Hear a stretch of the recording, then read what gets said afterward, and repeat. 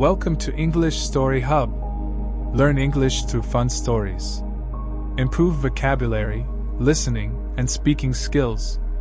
Like, subscribe, and keep learning with us. The Invisible Man. Chapter 4. Mr. Cuss Interviews. The Stranger. I have told the circumstances of the stranger's arrival in Iping with a certain fullness of detail, in order that the curious impression he created may be understood by the reader. But excepting two odd incidents, the circumstances of his stay until the extraordinary day of the club festival may be passed over very cursorily. There were a number of skirmishes with Mrs. Hall on matters of domestic discipline, but in every case until late April, when the first signs of penury began, he overrode her by the easy expedient of an extra payment. Hall did not like him, and whenever he dared he talked of the advisability of getting rid of him, but he showed his dislike chiefly by concealing it ostentatiously, and avoiding his visitor as much as possible. "Wait till the summer," said Mrs. Hall sagely, "when the artists are beginning to come.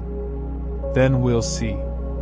He may be a bit overbearing, but bills settled punctual is bills settled punctual, whatever you'd like to say."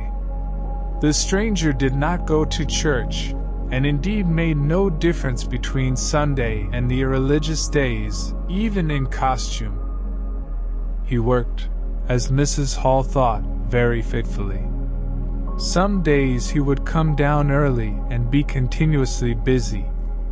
On others he would rise late, pace his room, fretting audibly for hours together, smoke, sleep in the armchair by the fire. Communication with the world beyond the village he had none. His temper continued very uncertain. For the most part his manner was that of a man suffering under almost unendurable provocation, and once or twice things were snapped, torn, crushed, or broken in spasmodic gusts of violence. He seemed under a chronic irritation of the greatest intensity. His habit of talking to himself in a low voice grew steadily upon him, but though Mrs. Hall listened conscientiously, she could make neither head nor tail of what she heard. He rarely went abroad by daylight, but at twilight he would go out muffled up invisibly, whether the weather were cold or not.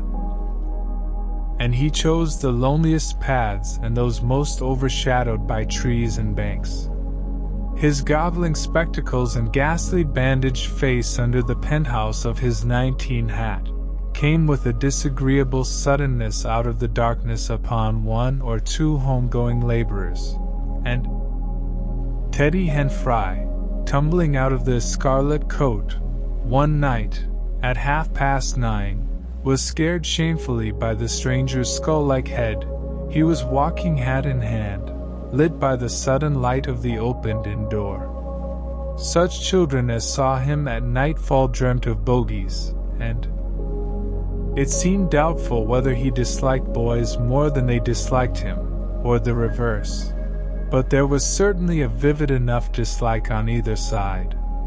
It was inevitable that a person of so remarkable an appearance and bearing should form a frequent topic in such a village as Iping. Opinion was greatly divided about his occupation. Mrs. Hall was sensitive on the point. When questioned, she explained very carefully that he was an experimental investigator, going gingerly over the syllables as one who dreads pitfalls. When asked what an experimental investigator was, she would say with a touch of superiority that most educated people knew such things as that, and would thus explain that he discovered things.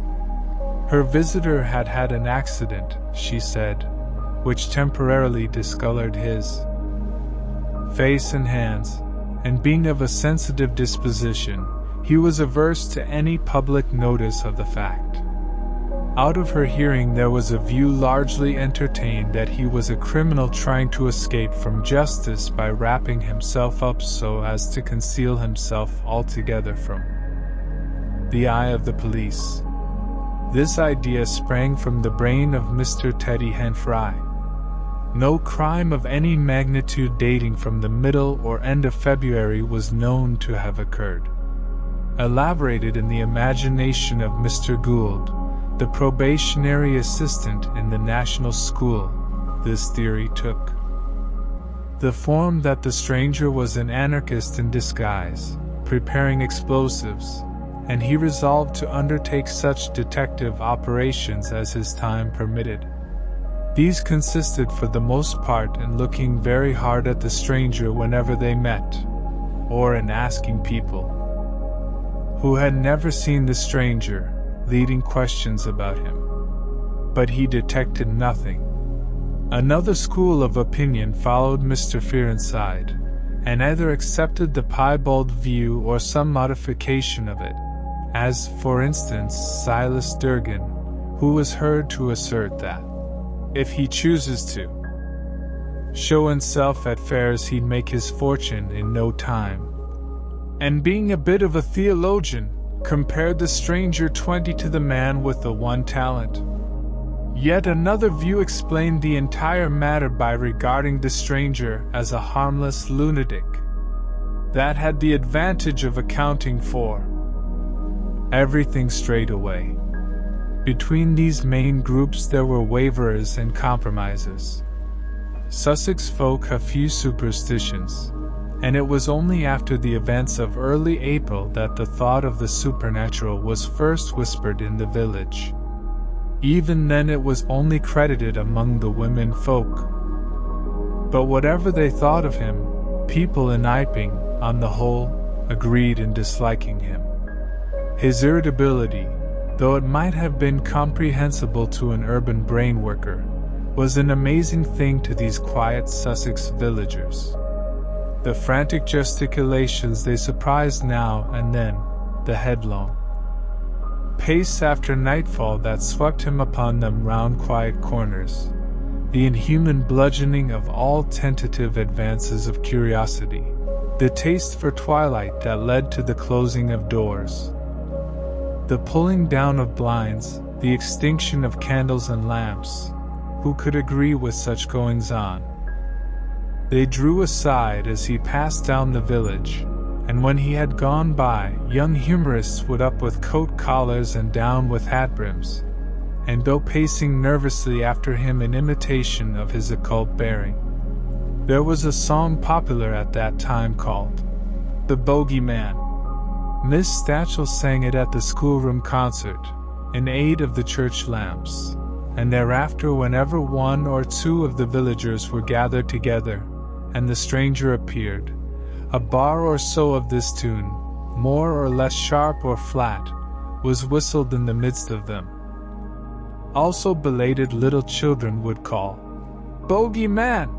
after him, and make off tremulously elated. Cuss, the general practitioner, was devoured by curiosity. The bandages excited his professional interest. The report of the 1,001 bottles aroused his jealous regard. All through April and May he coveted an opportunity of talking to the stranger, and at last, towards Whitsuntide, he could stand it no longer, but hit upon the subscription list for a village nurse as an excuse. He was surprised to find that Mr. Hall did not know his guest's name. "He give a name," said Mrs. Hall, an assertion which was quite unfounded, "but I didn't rightly hear it." She thought it seemed so silly not to know the man's name. Cuss rapped at the parlor door and entered. There was a fairly audible imprecation from within. "Pardon my intrusion," said Cuss, and then the door closed and cut Mrs. Hall off from the rest of the conversation. She could hear the murmur of voices for the next 10 minutes, then a cry of surprise, a stirring of feet, a chair flung aside, a bark of laughter, quick steps to the door, and Cuss appeared, his face white, his eyes staring over his shoulder. He left the door open behind him, and without looking at her strode across the hall and went down the steps, and she heard his feet hurrying along the road. He carried his hat in his hand. She stood behind the door, looking at the open door of the parlor. Then she heard the stranger laughing quietly, and then his footsteps came across the room. She could not see his face where she stood. The parlor door slammed, and the place was silent again. Cuss went straight up the village to Bunting the vicar. "Am I mad?" Cuss began abruptly, as he entered the shabby little study. "Do I look like an insane person? What's happened?" said the vicar, putting the ammonite on the loose sheets of his forthcoming sermon. "That chap at the inn, well? Give me something to drink," said Cuss, and he sat down. When his nerves had been steadied by a glass of cheap sherry, the only drink the good vicar had available, he told him of the interview he had just had. "Went in," he gasped, "and began to demand a subscription for that nurse fund. He'd stuck his hands in his pockets as I came in, and he sat down lumpily in his chair. Sniffed. I told him I'd heard he took an interest in scientific things. He said yes. Sniffed again. Kept on sniffing all the time. Evidently recently caught an infernal cold. No wonder, wrapped up like that. I developed the nurse idea, and all the while kept my eyes open. Bottles, chemicals everywhere. Balance, test tubes and stands, and a smell of evening primrose. Would he subscribe? Said he'd consider it. Asked him, point blank, was he researching? Said he was. A long research? Got quite 22 cross. A damnable long research, said he, blowing the cork out, so to speak. Oh, said I. And out came the grievance. The man was just on the boil, and my question boiled him over. He had been given a prescription, most valuable prescription, what for he wouldn't say. Was it medical? Damn you! What are you fishing after? I apologized. Dignified sniff and cough. He resumed. He'd read it. 5 ingredients. Put it down, turned his head. Draft of air from window lifted the paper. Swish, rustle. He was working in a room with an open fireplace, he said. Saw a flicker, and there was the prescription burning and lifting chimneyward. Rushed towards it just as it whisked up the chimney. So, just at that point, to illustrate his story, out came his arm. Well? No hand, just an empty sleeve. Lord! I thought, that's a deformity. Got a cork arm, I suppose, and has taken it off. Then I thought, there's something odd in that. What the devil keeps that sleeve up and open, if there's nothing in it? There was nothing in it, I tell you. Nothing down it, right down to the joint. I could see right down it to the elbow, and there was a glimmer of light shining through a tear of the cloth. Good God! I said. Then he stopped. Stared at me with those black goggles of his, and then at his sleeve. Well? That's all. He never said a word, just glared, and put his sleeve back in his pocket quickly. I was saying, said he, that there was the prescription burning, wasn't I? Interrogative cough. How the devil, said I, can you move an empty sleeve like that? Empty sleeve? Yes, said I, an empty sleeve. It's an empty sleeve, is it? You saw it was an empty sleeve? He stood up right away. I stood up too. He came towards me in 3 very slow steps and stood quite close. Sniffed venomously. I didn't flinch, though I'm hanged if that bandaged knob of his and those blinkers aren't enough to unnerve anyone coming quietly up to you. You said it was an empty sleeve? He said. Certainly, I said. At staring and saying nothing, a barefaced man, unspectacled, starts scratch. Then very 23 quietly he pulled his sleeve out of his pocket again, and raised his arm towards me as though he would show it to me again. He did it very, very slowly. I looked at it. Seemed an age. Well, said I, clearing my throat, there's nothing in it. Had to say something. I was beginning to feel frightened. I could see right down it.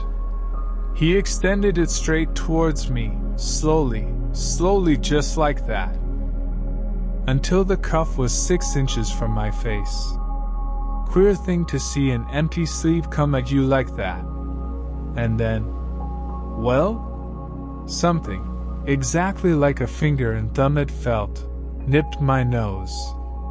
Bunting began to laugh. There wasn't anything there, said Cuss, his voice running up into a shriek at there.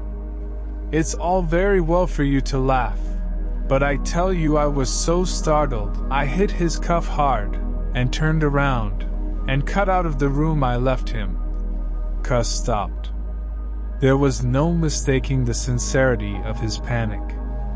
He turned round in a helpless way and took a second glass of the excellent Vickers' very inferior sherry. When I hit his cuff, said Cuss, I tell you, it felt exactly like hitting an arm. And there wasn't an arm. There wasn't the ghost of an arm. Mr. Bunting thought it over. He looked suspiciously at Cuss. It's a most remarkable story, he said. He looked very wise and grave indeed. It's really, said Mr. Bunting with judicial emphasis, a most remarkable story.